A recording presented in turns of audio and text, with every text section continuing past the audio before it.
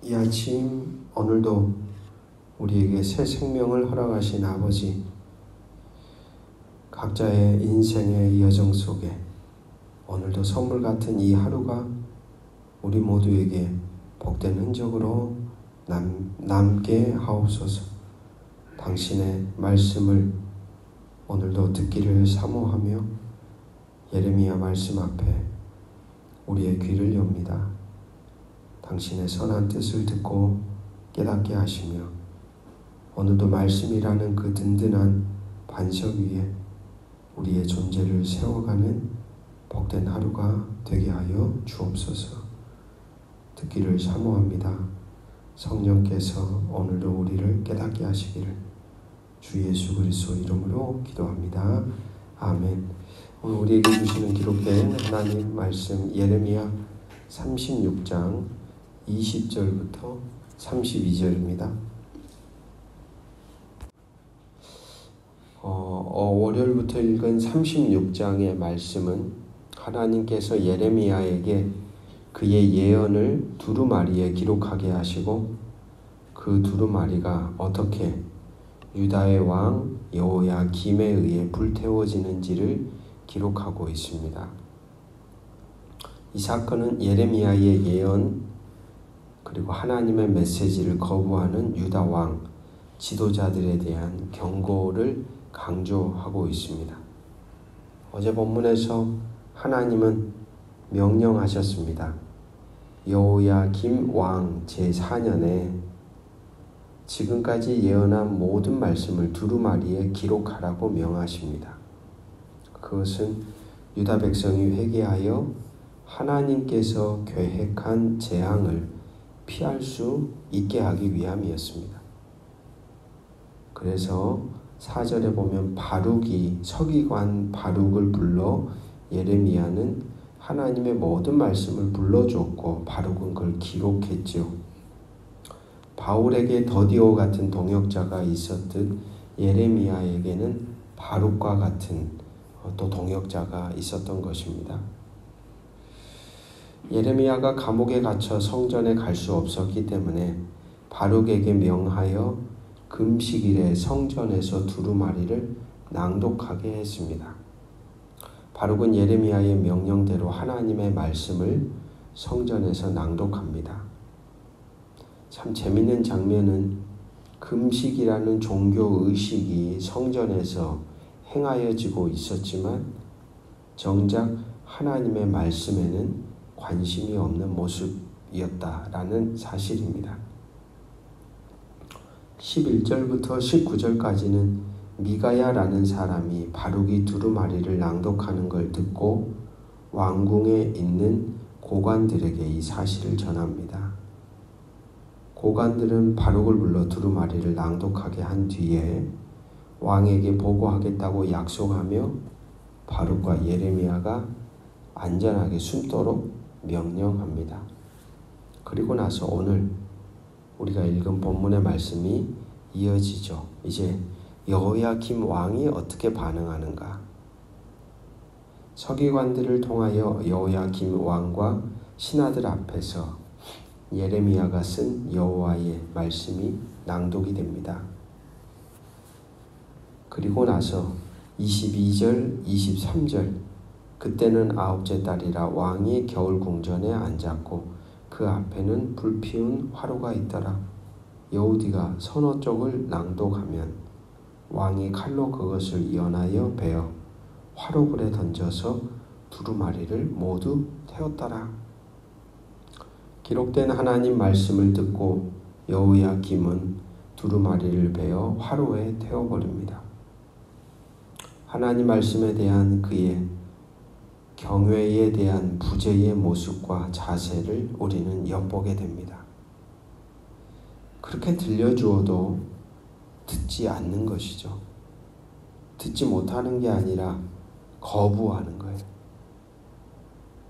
하나님 말씀에 대한 단호한 거부는 한 사람이라는 존재가 저지를 수 있는 최고의 죄악입니다. 듣게 해줘도 거부하는 사람들, 사실 그게 저주죠. 저주. 비참함이죠. 관계의 끊어짐을 상징으로 보여주는 겁니다. 여러분, 불러도 듣지 못한다는 거, 불러도 아예 콧방귀도 끼지 않는다는 거, 이건 뭐냐면 관계가 완전히 끝난 거예요. 일그러진 거예요. 거기에 그 어떤 선함이 흘러갈 수 있겠습니까? 소통이 될 때, 들려올 때, 연결이 될 때 뭔가 일이 일어나요. 변화가 일어나요. 새로운 소망이 있어요. 근데 그게 다 끊어져 버렸어요. 이 왕의 이 완악한 모습을 보십시오. 두루마리를 통해, 신하들을 통해 하나님의 말씀을 친히 낭독하고 들려줘도 그것을 얼마나 가벼이 여겼는지 칼로 잘라서 그 즉시 불에다 훅훅 던지는 이 가벼움을 보십시오. 하나님 말씀에 대한 무거움이 아닌 경이 여기는 모습. 주일날 본문에 보았던 레갑 사람들과는 아주 결이 다른 이들의 모습을 우리는 눈여겨보아야 합니다. 그에 반하여 25절에 엘라단과 들라야와 그마랴가 왕께 두루마리를 불사르지 말도록 아뢰어도 왕이 듣지 아니하였으며, 곁에서 왕을 제대로 붙잡아주기 위해 붙잡아주는 서기관들이 있었습니다. 그러나 왕은 듣지 않습니다. 26절 말씀, 왕이 왕의 아들 여라무엘과 아스리엘의 아들 스라야와 압디엘의 아들 셀레미야에게 명령하여 서기관 바룩과 선지자 예레미야를 잡으라 하였으나 여호와께서 그들을 숨기셨더라. 말씀을 기록하고 말씀을 전하여 줬던 사람들까지도 이 여호야김은 급기야 이제 제거하고 싶은 거죠. 자신들의 삶을 향하여 들려오는 말씀을 통하여 자기의 존재를 돌이키기보다 자신들에게 부담스러운 이야기, 자신들의 치부를 드러내는 이야기, 자신들에 대해 하나님이 정확하게 그들의 패부를 쪼개는 것과 같은 죄악상을 드러내는 이야기를 하는 자들을 제거하려는 이 악한 자들의 모습을 보십시오. 이게 악인입니다. 말씀을 듣기를 거부하고 말씀을 들려주는 자들까지도 제거하려는 이 악한 자들의 모습. 하나님 말씀은 우리가 직면하고 싶지 않는 민낯을 마주하게 합니다. 좌우의 날선 어떤 검보다도 예리하다 그랬어요. 홍과 영과 및 골수를 찔러 쪼개기까지 한다 그랬어요. 다른 병원에 가서 우리의 어떤 세균을 발견하듯이 하나님의 말씀은 우리의 존재 안에 담겨져 있는 그 죄악된 찌꺼기들을 대면하게 하는 거죠. 어디에서 이런 일이 일어나겠습니까, 여러분? 어디에서 우리의 치부가 드러나겠어요? 교묘하게 가려져 있잖아요. 교묘하게 덮여져 있잖아요. 이 완악한 자아는 그것을 드러내기도 거부하고 그것을 늘 감추는 것과 같은 아담과 하와처럼 나뭇가지로 덮어놓고 그냥 가리고 살기를 원하는데, 감사한 것은 무엇입니까? 하나님의 말씀은 우리라고 하는 존재가 본성을 따라 직면하고 싶지 않은 민낯을 가리고 덮고 보여주고 싶지 않은 그것을 감사하게도 마주하게 하는 거예요. 모든 인생들이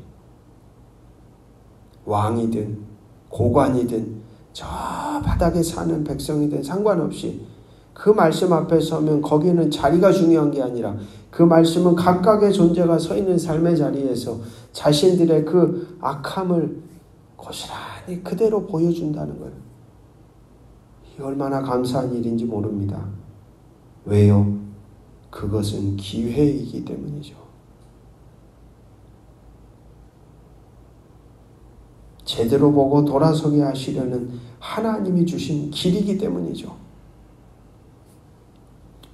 그러나 그것을 거부하고 완고한 마음을 가지게 되면 이제는 더 이상 돌아설 수 없는 나락으로 자기가 스스로 선택 속에 떨어지는 겁니다. 여호야김 왕은 그것을 놓쳤습니다. 이 불쌍한 인생을 보십시오. 태워져 버린 두루마리를 하나님은 다시 기록하게 합니다. 30절에서 31절, 32절 보시면 그러므로 여호와께서 유다 왕 여호야김에 대하여 이와 같이 말씀하시니라. 그에게 다윗의 왕위에 앉을 자가 없게 될 것이요 그의 시체는 버림을 당하여 낮에는 더위 밤에는 추위를 당하리라. 또 내가 그와 그의 자손과 신하들을 그들의 죄악으로 말미암아 벌할 것이라. 내가 일찍이 그들과 예루살렘 주민과 유다 사람에게 그 모든 재난을 내리리라 선포하였으나 그들이 듣지 아니하였느니라. 32절 이에 예레미야가 다른 두루마리를 가져다가 네리야의 아들 서기관 바룩에게 주매 그가 유다의 여호야김 왕이 불사른 책의 모든 말을 예레미야가 전하는 대로 기록하고 그 외에도 그 같은 말을 많이 더 하였더라. 그 말씀에는 하나님 말씀에 완악한 태도를 보인 여호야김에 대한 심판의 메시지가 추가되어 기록이 됩니다. 이전에 두루마리 말씀을 통하여 여호야김에게 하나님의 말씀을 들려주심이 기회였고 소망이었다는 것을 확인하게 되지요.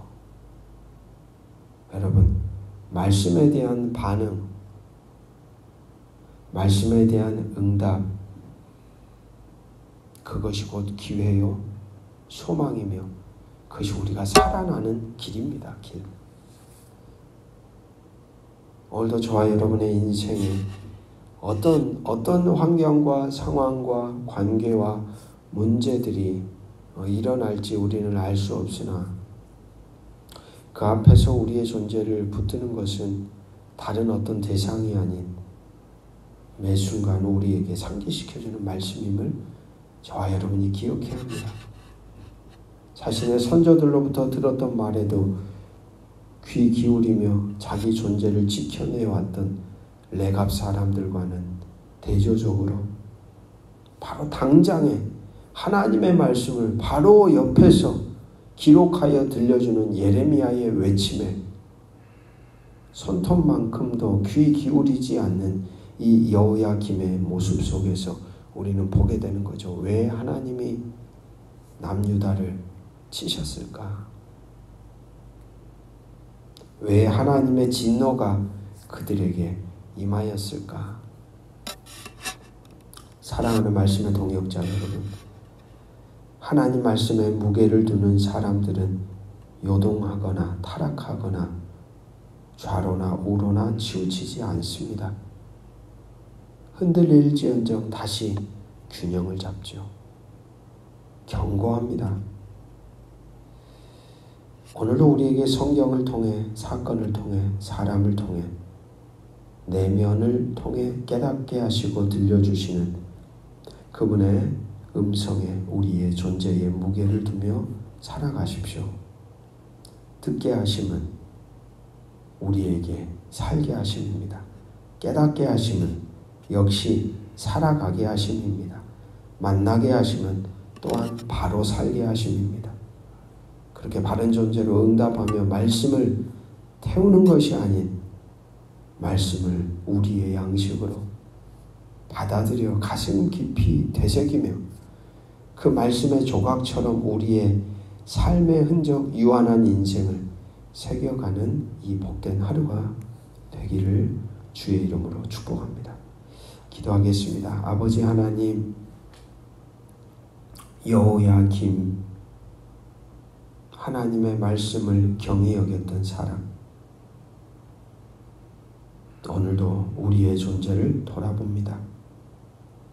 여전히 우리 안에 당신의 통치가 일어나야 할 삶의 자리가 많고 여전히 우리 안에 연약한 부분이 많아 죄로 인해 휘청거리고 유혹 속에 흔들리며 순간순간이 우리에게 위기입니다. 때로는 무너지고 때로는 어둠에 종속되어 지배를 당하는 경우들도 있습니다. 그럼에도 불구하고 우리 인생에 소망이 있는 것은 말씀하시는 하나님이 계시기 때문입니다.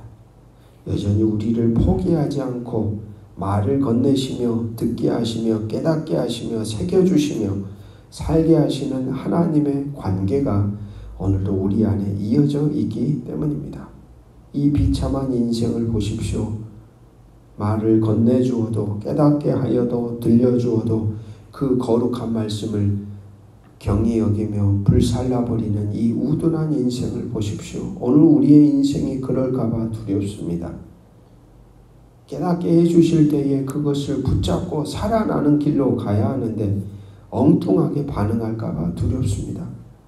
여호야김의 흔적은 오늘 우리 인생의 반면교사와도 같습니다. 성령이시여 오늘도 순간순간 우리의 존재를 붙들어 주시고 내 마음과 뜻과 정성을 다해 의지로 당신이 듣게 하시는 말씀에 응답하며 반응하며 수용하며 삶을 만들어가는 복된 하루가 되게 하시기를 주 예수 그리스도 이름으로 기도드립니다. 아멘.